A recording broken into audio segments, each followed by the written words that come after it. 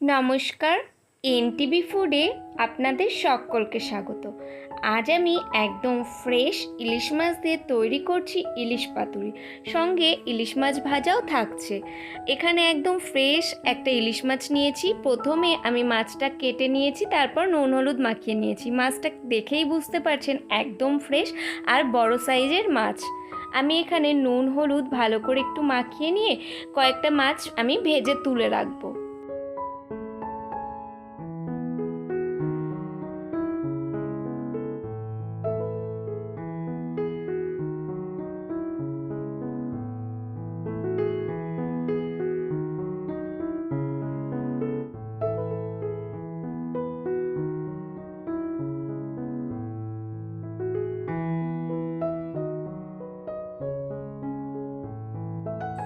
আমার এখানে মাছ ভাজা হয়ে গেছে, আর সঙ্গে রেখেছি কিছুটা মাছ ভাজার তেল। এখানে দু একটা লঙ্কা আমি ভেজে নিয়েছি আর দু একটা কাঁচা লঙ্কা রেখেছি। চলুন এবার পাতুরি রেডি করে নেওয়া যাক। পাতুরির জন্য সবার প্রথমে আমি এখানে কলা পাতাগুলো সাইজ করে কেটে নিচ্ছি।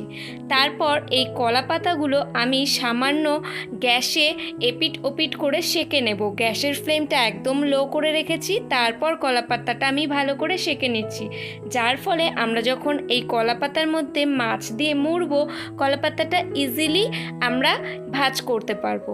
আর পাতুরি তৈরি করার জন্য রেডি করে নিচ্ছি একটা মশলার পেস্ট, যার জন্য নিয়েছি কালো সর্ষে, সাদা সর্ষে, সঙ্গে দিয়েছি পোস্ত আর ডেসিকেটেড নারকেল, ঝালের জন্য দিয়েছি কাঁচা লঙ্কা। এবার সমস্ত কিছু উপকরণ সামান্য জল দিয়ে একটা স্মুথ পেস্ট আমি তৈরি করে নিচ্ছি। এবারে এটা আমি মাছের মধ্যে অ্যাড করে দিচ্ছি। অনেকে এখানে পাতুরি করার সময় টক দইও ব্যবহার করে, আমি সেটা করছি না। সঙ্গে দিয়ে দিচ্ছি 1 চা চামচ হলুদ গুঁড়ো আর পরিমাণ মতো লবণ, আর সঙ্গে দিয়ে দিচ্ছি 2 টেবিল চামচ পরিমাণ সর্ষের তেল। এই দিয়ে ভালো করে মাছটা আমি হাতের সাহায্যে মেখে নিচ্ছি। অনেকেই আছেন যারা পাতুরিতে পোস্ত একেবারেই ব্যবহার করেন না, শুধুমাত্র সর্ষে দিয়েই পাতুরি করেন, যাতে মাছের টেস্টটা খুব ঝাঁঝ হয়।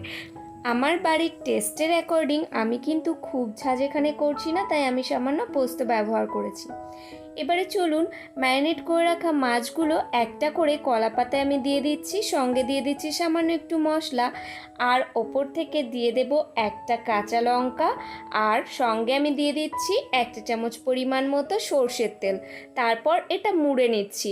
আমি দুদিক থেকে মুড়ে তারপর আবার অন্য দুদিক এভাবে মুড়ে নিচ্ছি। আমি কিন্তু এখানে কোনো টুথপিক বা সুতো দিয়ে বাঁধিনি, এটা এমনিই রেখেছি। এবার একটা ফ্রাইং প্যান বা কড়া আঁচে বসিয়ে গরম করে তাতে সামান্য সর্ষের তেল গরম করে এই মুড়ে রাখা মাছটা এখানে দিয়ে দিয়েছি। তারপর 15 মিনিট মতো আমি এটা এপিট ওপিট করে রান্না করে নিয়েছি। আমাদের এই পাতুরি কিন্তু তৈরি হয়ে গিয়েছে। চলুন এগুলো আমি একটা প্লেটে নামিয়ে একটু ঠান্ডা করে নিই। তারপর আপনাদেরকে এই ইলিশ মাছের একটা পাতুরি আমি খুলে দেখিয়ে দিচ্ছি ভেতরটা ঠিক কেমন হয়েছে।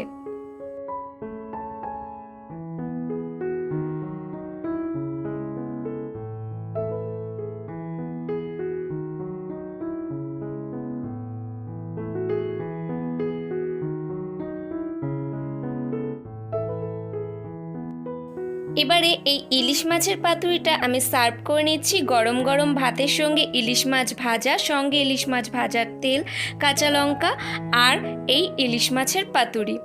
আপনাদের আজকের এই রেসিপি কেমন লাগলো অবশ্যই আমাকে লিখে জানাবেন, আর ভালো লাগলে একটা লাইক করবেন। দেখা হবে নতুন কোনো রেসিপি নিয়ে অন্য কোনো নতুন ভিডিওতে। ততদিন সবাই সুস্থ থাকবেন, নিজের খেয়াল রাখবেন, আর রেগুলার নিত্য নতুন রান্না করে নতুন নতুন স্বাদের মজা নেবেন।